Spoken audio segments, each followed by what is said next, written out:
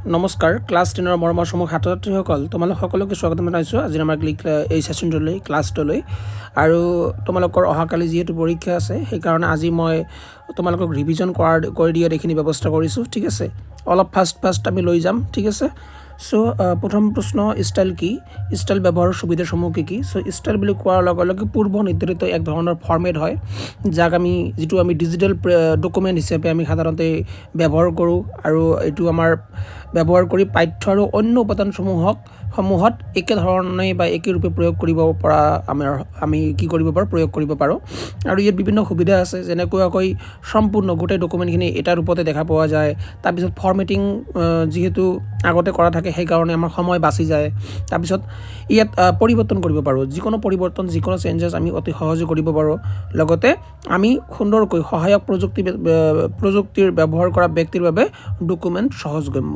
অৰ্থাৎ আমি সকলোৱে এইখিনি কি কৰিব পাৰোঁ ব্যৱহাৰ কৰিব পাৰোঁ গতিকে সুবিধা হয় আৰু সো ইয়াক কি বুলি কোৱা হয় ষ্টাইল বুলি কোৱা হয় সো লিব্ৰে অফিচ ৰাইটাৰত কিমান ধৰণৰ ষ্টাইল থকা দেখা পোৱা যায় সো লিব্ৰে অফিচ ৰাইটাৰত সাধাৰণতে 6 ধৰণৰ ষ্টাইল থকা দেখা পোৱা যায় এটা প্ৰথমটো হ'ল আমাৰ পেজ ষ্টাইল য'ত আমাৰ পৃষ্ঠাৰ মাপ থাকে মাৰ্জিন থাকে হেডাৰ ফুটাৰ ফুটনোট বৰ্ডাৰ বেকগ্ৰাউণ্ড এইবিলাক আমি নিৰ্ধাৰণ কৰিব পাৰোঁ পেৰাগ্ৰাফ ষ্টাইলত পাঠ্য সংলগ্নতা যাক আমি এলাইনমেণ্ট বুলি কওঁ tab stop line spacing border ইত্যাদি আমি থকা দেখা পোৱা যায় কেৰেক্টাৰ ষ্টাইলত ফন্ট আকাৰ ৰং হাইলাইট এইবিলাক থাকে ফ্ৰেম ষ্টাইলত ছেকশ্যন ভাগ কৰি ছবি বা পাঠ্যৰ বিন্যাস বৰ্ডাৰ চাইজ পজিশ্যন এইবিলাক থকা দেখা পোৱা যায় লিষ্ট ষ্টাইলত সংখ্যা বুলেট পইণ্ট যিবিলাক থাকে ফৰ্মেট এইবিলাক থকা দেখা পোৱা যায় আৰু টেবল ষ্টাইলত টেবলৰ বৰ্ডাৰ টেবলৰ এলাইনমেণ্ট টেবলৰ কালাৰবিলাক পেটাৰ্ণবিলাক এইবিলাক থকা দেখা পোৱা যায় তাৰপিছত লিব্ৰে অফিচ ৰাইটাৰত ফিল ফৰ্মেট অপশ্যন কি সো ফিল ফৰ্মেট অপশ্যনৰ সহায়ত আমি কি কৰোঁ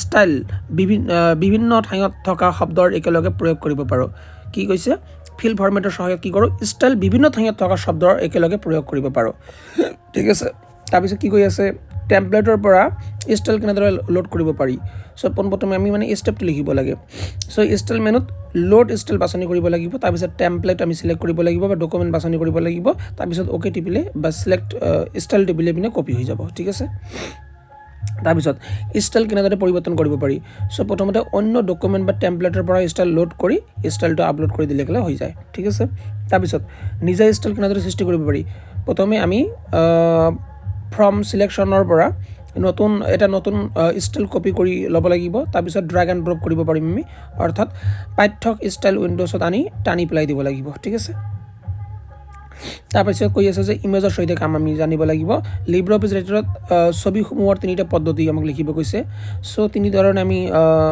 সাধাৰণতে লিব্ৰে অফিচ ৰাইটাৰত ছবি এড কৰিব পাৰোঁ এটা হ'ল ড্ৰাগ এণ্ড ড্ৰপ টানি আনি পিনে এৰি দিয়া তাৰপিছত কপি কৰিলোঁ কৰি পিনে নতুন ফাইলখনত আহি পিনে পেষ্ট মাৰি দিলোঁ মনত ৰাখিবা কপিৰ শ্বৰ্টকাট কি হ'ল কি Ctrl+C আৰু পেষ্টৰ শ্বৰ্টকাট কি হয় Ctrl+V আৰু লিংকিং কৰিব পাৰোঁ অৰ্থাৎ হাইপাৰ লিংক এটা আমি কি কৰি দিব পাৰোঁ লিংক কৰি দিব পাৰোঁ এইটো খুব ইম্পৰ্টেণ্ট 8 নম্বৰটো ঠিক আছে যে লিংকিং কৰি ছবিসমূহৰ উদ্দেশ্য কি সো একে ছবিৰ একাধিক কপি প্ৰয়োজন হ'লে ইমেজ লিংক ব্যৱহাৰ কৰি ডকুমেণ্টৰ মাপ সৰু থাকে কিয়নো ছবি একচুৱেল ফাইল হিচাপে সঞ্চয় নহয় কেৱল লিংক হিচাপে আমি সঞ্চয় কৰিব পাৰোঁ হয়নে গতিকে লিংকিং কৰি ছবি আমি সোমাই দিলে পিনে আমাৰ কোনো ধৰণৰ এক্সট্ৰা কি নাথাকে স্পেচ আমাৰ ক্ষতি নহয় তাৰপিছত কৈছে গ্ৰাফিক ফিল্টাৰৰ 5টা উদাহৰণ দিয়া সো 1 নম্বৰ ইনভাৰ্ট কি হয় ৰং ওলোটাই দিয়ে দেখা পোৱা যায় তাৰপিছত 2 নম্বৰত সোলাৰাইজেশ্যন অতি পোহৰৰ প্ৰভাৱ দেখুওৱা তাৰপিছত পোষ্টাৰাইজ অৰ্থাৎ ৰঙৰ সংখ্যা হ্ৰাস কৰি ছবিক পেইণ্টিঙৰ দৰে আমাক কৰি দিয়ে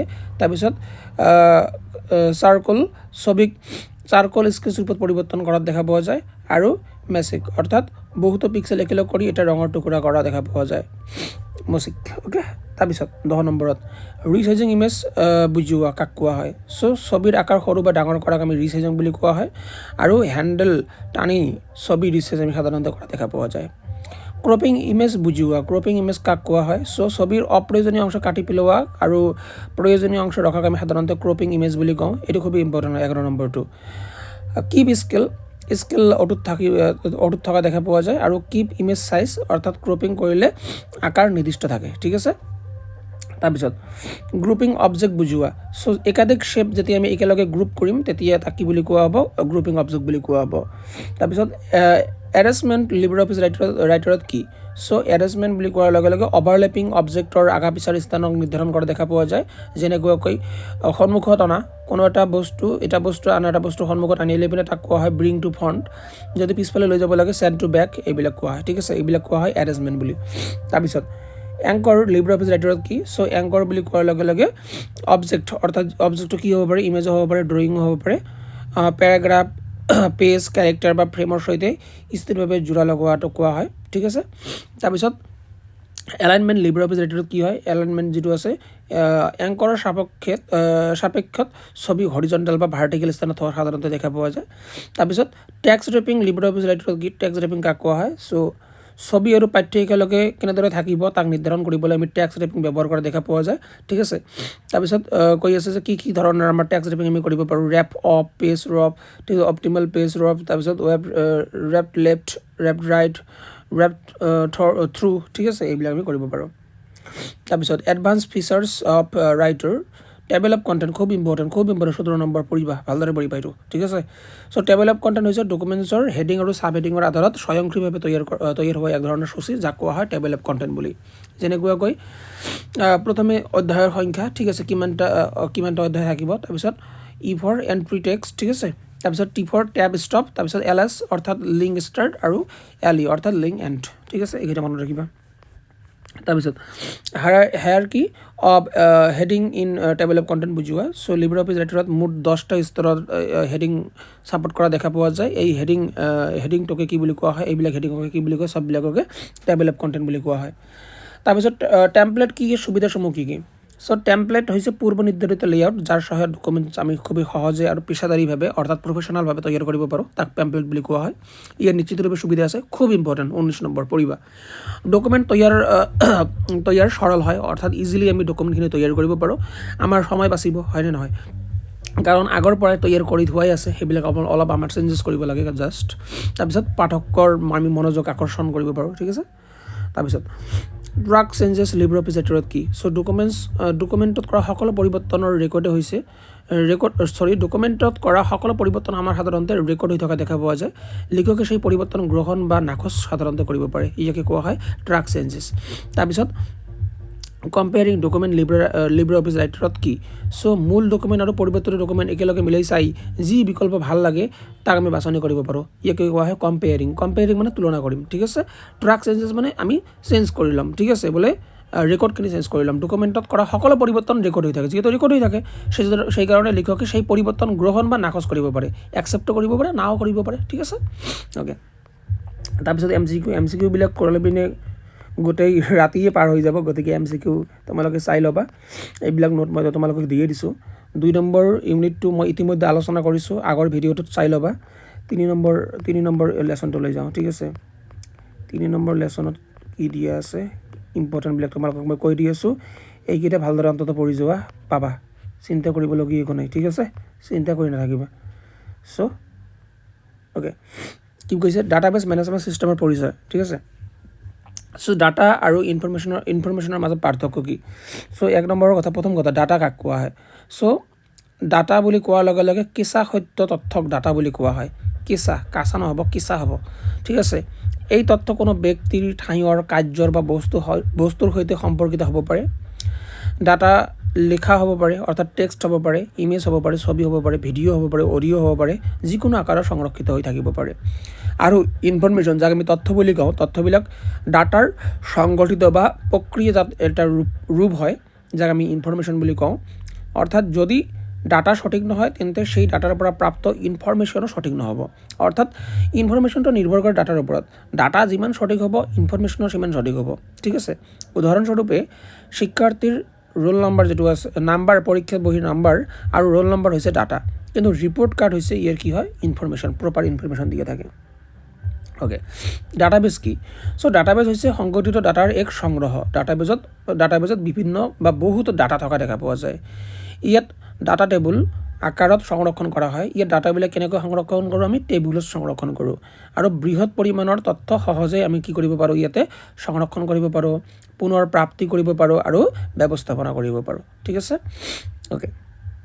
তাৰপিছত ডাটাবেছ মেনেজমেণ্ট ছিষ্টেম যাক আমি কওঁ DBMS কাক কোৱা হয় চ' DBMS হৈছে এক ধৰণৰ ছফ্টৱেৰৰ পেকেজ যি ডাটাবেজৰ ডাটাক সংৰক্ষণ সুৰক্ষা আৰু ব্যৱস্থাপনা কৰাত আমাক সহায় কৰে ইয়াৰ সহায়ত বহুকেইজন ইউজাৰে একেলগে বা যিকোনো ঠাইৰ পৰা আমি কি কৰিব পাৰোঁ ডাটাবেছ আমি কি কৰিব পাৰোঁ ব্যৱহাৰ কৰিব পাৰোঁ ডাটাবেজৰ ডাটা কেনেদৰে সংৰক্ষিত কৰা হয় খুব ইম্পৰ্টেণ্ট এইবিলাক পঢ়িবা হা এইটো পাৰ্ট বহুত ইম্পৰ্টেণ্ট বহুত পঢ়িবা ভালদৰে দুটা পদ্ধতিত ডাটা সংৰক্ষণ কৰা দেখা পোৱা যায় এটা হ'ল ফ্ল্যাট ফাইল এটা হ'ল ৰিলেশ্যনেল ফ্ল্যাট ফাইলত কি হয় এটা টেবুলত ডাটা সংৰক্ষণ কৰা হয় আৰু সৰু ডাটাৰ বাবে এইটো উপযোগী হয় কিন্তু ৰিলেশ্যনেলত একাধিক টেবুলত ডাটা সংৰক্ষণ কৰা হয় আৰু এই টেবুলবিলাকক কি কৰা হয় ৰিলেশ্যন এটা সৃষ্টি কৰা হয় টেবুলবিলাকৰ মাজত বা এটা সম্পৰ্কৰ সৃষ্টি কৰা হয় ঠিক আছে ওকে তাৰপিছত ডাটা মডিউল কি ইয়াৰ প্ৰকাৰবোৰ আমি লিখিব কৈছে চ' ডাটাবেছ গঠনক ডাটা মডেল বুলি জনা যায় সাধাৰণতে তলত কিছুমান ডাটা মডেল দিয়া হ'ল যেনেকুৱাকৈ হাইৰাৰ্কিকেল ডাটা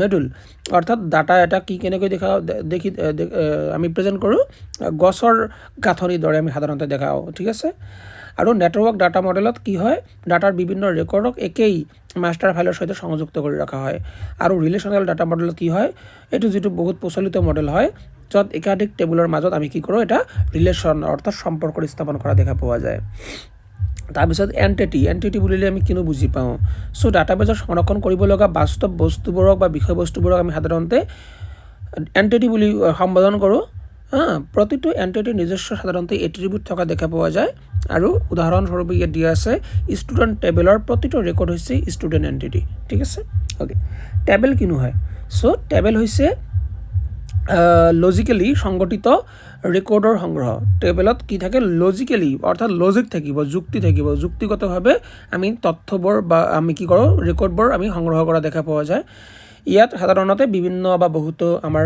থাকে বহুতো কলম থাকে ঠিক আছে ওকে RDBMSত কি ধৰণৰ কি থকা দেখা পোৱা যায় চ' RDBMSত আমি সাধাৰণতে প্ৰাইমেৰী কি থাকে তাৰপিছত ফৰেন কি থাকে তাৰপিছত কেণ্ডিডেট কি থাকে তাৰপিছত অল্টাৰনেট কি থাকে যেনেকৈ প্ৰাইমেৰী কি কাক কোৱা হয় মনত ৰাখিবা প্ৰাইমেৰী কি বুলি কোৱাৰ লগে লগে এটা মাত্ৰ মূল্য অৰ্থাৎ এটা ভ্যালু থকা দেখা পোৱা যায় ঠিক আছে যি প্ৰতিটো ৰেকৰ্ডত ইউনিক কৰি চিনাক্তকৰণ কৰে তেনেহ'লে প্ৰাইমেৰী কিত দুটা বস্তু মনত ৰাখিবা প্ৰাইমেৰী কিত ভ্যালু সদায় এটা থাকে মানে এটা ভ্যালু বাৰে বাৰে ৰিপিট হ'ব নোৱাৰে তাৰমানে মানি লোৱা যে 1 লিখিছোঁ আমি কোনো এটা আন এটা সেলত প্ৰাইমেৰী কিত আন এটা ঘৰত আমি 1 কেতিয়াও লিখিব নোৱাৰিম 1 2 3 4 এনেকৈ লিখি যাব লাগিব তাৰমানে ডাবল হ'ব নোৱাৰে লগতে ইউনিক হ'ব লাগিব ঠিক আছে ইউনিক মানে বেলেগ বেলেগ হ'ব লাগিব এটা সিম্পল কথা কেণ্ডিডেট কি টেবুলত যিবোৰ ফিল্ড প্ৰাইমেৰী কি হ'ব পাৰে অৰ্থাৎ কোনোখন টেবুল আছে টেবুলত যদি এটাতকৈ বেছি ফিল্ড আমি প্ৰাইমেৰী কি হিচাপে বনাইছোঁ তেনেহ'লে সেইকেইটা প্ৰাইমেৰী কি একেলগে কি বুলি কোৱা হ'ব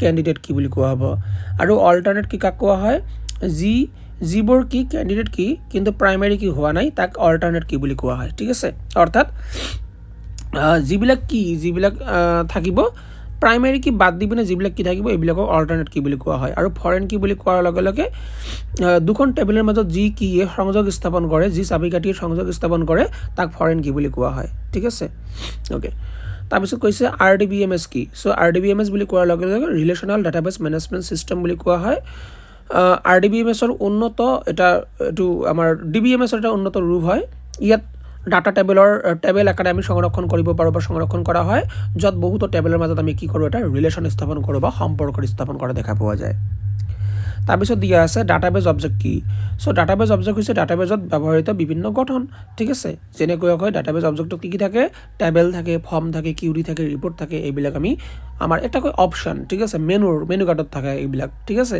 এইবিলাক আমি ব্যৱহাৰ কৰিব পাৰোঁ চ' ডাটাবেজ ব্যৱহাৰৰ সুবিধাবোৰ কিনো চ' ডাটাবেজৰ ব্যৱহাৰৰ বিভিন্ন সুবিধা আছে হয়নে নহয় যেনেকৈ ডাটা ৰিডানডেঞ্চি হেৰাছ কৰা দেখা পোৱা যায় অৰ্থাৎ বাৰে বাৰে নাহে তাৰপিছত ডাটা শ্বেয়াৰিং কৰাটো সুবিধা হয় অৰ্থাৎ আমি অইন কাৰোবাৰ লগত ডাটাবিলাক শ্বেয়াৰ কৰিব পাৰোঁ ডাটা ইণ্টিগ্ৰিটি কৰাত সহায় হয় অৰ্থাৎ ডাটাবিলাক আমি একেলগ কৰিব পাৰোঁ লগতে একুৰেট হয় বা একুৰেচি ৰক্ষা কৰা দেখা পোৱা যায় লগতে ডাটাবিলাকৰ মাজত ছিকিউৰিটি থাকে কাৰণ আমি পাছৱাৰ্ড দি পিনে ৰাখিব পাৰোঁ আৰু অথেণ্টিকেশ্যন আমি কৰিব পাৰোঁ অৰ্থাৎ আমি নিজৰ আজিকালিতো নতুন ছিষ্টেম আহি গৈছে ফিংগাৰ প্ৰিণ্টৰ ছিষ্টেম আহিছে ফেচ দেখুৱাব লাগে তেতিয়াহে খোল খায় এইবিলাক ছিষ্টেম আহি গৈছে তাৰপিছত প্ৰাইভেচি নিশ্চিতকৰণ কৰা দেখা পোৱা যায় অৰ্থাৎ আমাৰ ডাটাখিনি কেৱল মাত্ৰ আমিহে দেখা পাম অন্য কোনো ব্যক্তিয়ে দেখা নাপাব যদিহে তেওঁ আমাৰ এডমিন বা অথৰিটি নহয় তাৰপিছত আমি বেকআপ কৰিব পাৰোঁ, আমি ৰিকভাৰী কৰাৰ সুবিধা আমাৰ থাকে, লগতে ডাটাবিলাক কি থাকে কনচিষ্টেঞ্চি বজাই ৰাখিব পাৰোঁ ডাটাবিলাকৰ মাজত, ঠিক আছে।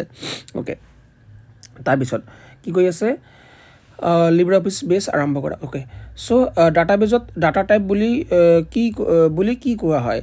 চ' ডাটা টাইপৰ দ্বাৰা ডাটাবেজত সংৰক্ষণ হ'ব লগা তথ্যৰ ধৰণ নিৰ্ধাৰণ কৰা হয়। লিব্ৰে অফিচ বেছত ডাটা টাইপ 6 প্ৰকাৰৰ হয়। চ' ডাটা টাইপবিলাক এতিয়া ভালদৰে বুজি লোৱা। চ' টেক্সট ডাটা টাইপ অৰ্থাৎ অক্ষৰ থাকিব পাৰে, সংখ্যা থাকিব পাৰে, বিশেষ চিহ্নৰ সংমিশ্ৰণ থাকিব পাৰে। ইয়াত গাণিতিক কাৰ্য কৰা নাযায় সাধাৰণতে, ঠিক আছে। টেক্সট ডাটা টাইপৰ কাৰণে কি আমি ব্যৱহাৰ কৰোঁ তোমালোকে চাবা ডাটা টাইপবিলাক কি হয়। চ' কি দিয়া আছে লং ভাৰ্চাৰ দিয়া আছে, লং ভাৰ্চাৰ চাৰ আৰু ভাৰ্চাৰ থাকিব মনত, লং ভাৰ্চাৰ চাৰ ভাৰ্চাৰ, ঠিক আছে। লং ভাৰ্চাৰত মেমো ডাটা টাইপ বুলিও জনা যায়, প্ৰায় 64,000 অক্ষৰ সংৰক্ষণ আমি ইয়াত কৰিব পাৰোঁ। আৰু চাৰত নিৰ্দিষ্ট সংখ্যক অক্ষৰ সংৰক্ষণ কৰা হয়, উদাহৰণস্বৰূপে আমি লাইচেঞ্চ নম্বৰ বা পাছৱাৰ্ড নম্বৰ এইবিলাকক আমি সাধাৰণতে ডাটা টাইপবিলাক চাৰ ৰাখোঁ। আৰু ভাৰ্চাৰত কি হয় ব্যৱহাৰকৰ্তাই লিখা অক্ষৰৰ পৰিমাণ অনুযায়ী বাইট খৰচ হোৱা সাধাৰণতে দেখা পোৱা যায়, উদাহৰণস্বৰূপে এড্ৰেছ বা ভাৰ্চাৰ আমি বেৰ কৰাত এনেকৈ আকৌ লিখি দিব লাগে যে কিমানটা শব্দৰ ভিতৰত হ'ব আৰু এইটো, ঠিক আছে। অ'কে, তাৰপিছত আহি গ'ল নিউমেৰিক ডাটা টাইপ। ইয়াত ডাটা হিচাপে সংখ্যা সংৰক্ষণ কৰা দেখা পোৱা যায়। ইয়াত আমি যোগ বিয়োগ পূৰণ হৰণ আদি কৰিব পাৰোঁ। আৰু ইয়াৰ বিভিন্ন আমাৰ চিনটেক্সবিলাক ইয়াত দিয়া আছে, ডাটা টাইপবিলাক দিয়া আছে, যেনেকুৱাকৈ তোমালোকে চাব পাৰা, মই লাষ্টৰ পৰা কৈ গৈছোঁ ডাবল, ৰিয়েল, ফ্লট, তাৰপিছত ডেচিমেল, নিউমেৰিক, বিগনিট, তাৰপিছত ইণ্টিজাৰ, তাৰপিছত চেমলিন্ট, তাৰপিছত টিনিয়েণ্ট, ঠিক আছে। এইবিলাক আমাৰ নিউমেৰিক ডাটা টাইপৰ ভিতৰত পৰা সাধাৰণতে দেখা পোৱা যায়। আৰু এটা ডাটা টাইপ আছে কাৰেঞ্চি ডাটা টাইপ। ইয়াত কি হয় মুদ্ৰা বা ধন সম্পৰ্কীয় মান সংৰক্ষণ কৰাৰ ক্ষেত্ৰত আমি কাৰেঞ্চি ডাটা টাইপ ব্যৱহাৰ কৰোঁ, যেনেকুৱাকৈ ডলাৰৰ চিহ্নটো দেখা পাই আছা $100, তাৰপিছত ইউৰোপ যিটো কয় ইউৰো বুলি কওঁ, ইউৰোপৰ কাৰণে ইউৰো ব্যৱহাৰ কৰোঁ, ঠিক আছে। ইউৰোৰ চাইনটো দেখা পাইছোঁ 500 ইউৰো, তাৰপিছত RS এইটো ৰুপি আমাৰ ভাৰতৰ হয়, তেনেহ'লে ইয়াত দিয়া আছে 25.50 ৰুপিজ, হয়নে? গতিকে আমি এইবিলাক কি বুলি কওঁ, এই ডাটা টাইপবিলাকক কাৰেঞ্চি ডাটা টাইপ বুলি কোৱা হয়। তাৰপিছত ডেট ডাটা টাইপ, ঠিক আছে। তাৰিখ আৰু সময় সংৰক্ষণ কৰাৰ বাবে ডেট ডাটা টাইপ ব্যৱহাৰ কৰা দেখা পোৱা যায়, যেনেকুৱাকৈ ডেট বৰ্ষ মাহ তাৰিখ আমি ব্যৱহাৰ কৰোঁ, টাইম ঘণ্টা মিনিট ছেকেণ্ড হিচাপে আমি ব্যৱহাৰ কৰোঁ, আৰু টাইম স্পেন তাৰিখ আৰু সময় একেলগে আমি ব্যৱহাৰ কৰা দেখা পোৱা যায়। আৰু বুলেন, ঠিক আছে, য'ত আমি কি কৰোঁ true false, yes no, off on এইবিলাক আমি কৰা দেখা পোৱা যায়। আৰু বাইনেৰী নাম্বাৰ বুলি কোৱাৰ লগে লগে আৰু এটা থাকে বাইনেৰী নাম্বাৰ। বাইনেৰী নাম্বাৰ মানে তোমালোকে মনত ৰাখিবা 0 আৰু 1ক কি বুলি কোৱা হয় বাইনেৰী নাম্বাৰ বুলি কোৱা হয়, ঠিক আছে। অ'কে, এইটো পৰীক্ষাত বাৰে আহি থাকে বাইনেৰী নাম্বাৰ, অ'কে। আৰু এটা কি হয় কম্পিউটাৰৰ লেংগুৱেজ হয় এটা, ঠিক আছে। আৰু ইয়াত আমি কি কৰোঁ ডাটাবিলাক 0 আৰু 1ৰ দ্বাৰাই সংৰক্ষণ কৰাৰ আমি যত্ন কৰা দেখা পোৱা যায়। তাৰপিছত লিব্ৰে অফিচ বেছত টেবল কেনেদৰে সৃষ্টি কৰিব পাৰি। চ' আমি ডিজাইন ভিউ ব্যৱহাৰ কৰি ৱাজিৰ ব্যৱহাৰ কৰি পিনে আমি কি কৰিব পাৰোঁ টেবল সৃষ্টি কৰিব পাৰোঁ, ঠিক আছে। এইটো 2 ধৰণৰ পদ্ধতি। তাৰপিছত লিব্ৰে অফিচ বেছত নেভিগেশ্যন বক্স বুলি কোৱাৰ লগে লগে কিনো বুজোৱা হয়। চ' নেভিগেশ্যন বক্সৰ সহায়ত এটা ৰেকৰ্ডৰ পৰা আন এটা ৰেকৰ্ড লৈ আমি সাধাৰণতে যাব পাৰোঁ।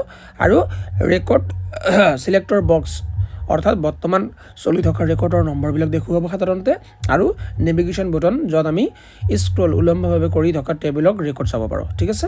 অ'কে, তাৰপিছত দিয়া আছে DBMSৰ ৰিলেশ্যন বুলিলে আমি কি বুজি পাওঁ। চ' দুটা বা ততোধিক টেবুলৰ মাজত লিংকেজ বা সংযোগ স্থাপন কৰিলে তাক ৰিলেশ্যন বুলি কোৱা হয়। আৰু ইয়াৰ দ্বাৰা ডাটা ৰেডুণ্ডেঞ্চি আৰু ইনকনচিষ্টেঞ্চি আমি সাধাৰণতে নিয়ন্ত্ৰণ কৰা দেখা পোৱা যায়। 16 নম্বৰ দিয়া আছে দুটা টেবুলৰ মাজত ৰিলেশ্যনশ্বিপৰ সুবিধা কি। চ' দুটা টেবুলৰ মাজত আমি সুবিধা যিটো কৈছে ৰিলেশ্যনশ্বিপ এই কাৰণে ব্যৱহাৰ কৰোঁ যাতে সময় আমাৰ কম লাগে, অৰ্থাৎ একেটা ডাটা আমি বাৰে বাৰে যেন লিখিব নালাগে।